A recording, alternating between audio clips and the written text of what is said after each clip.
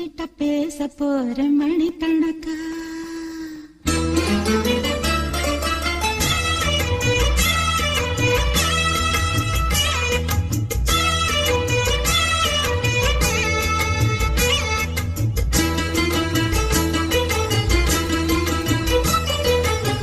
புது வளையல அரைச்சி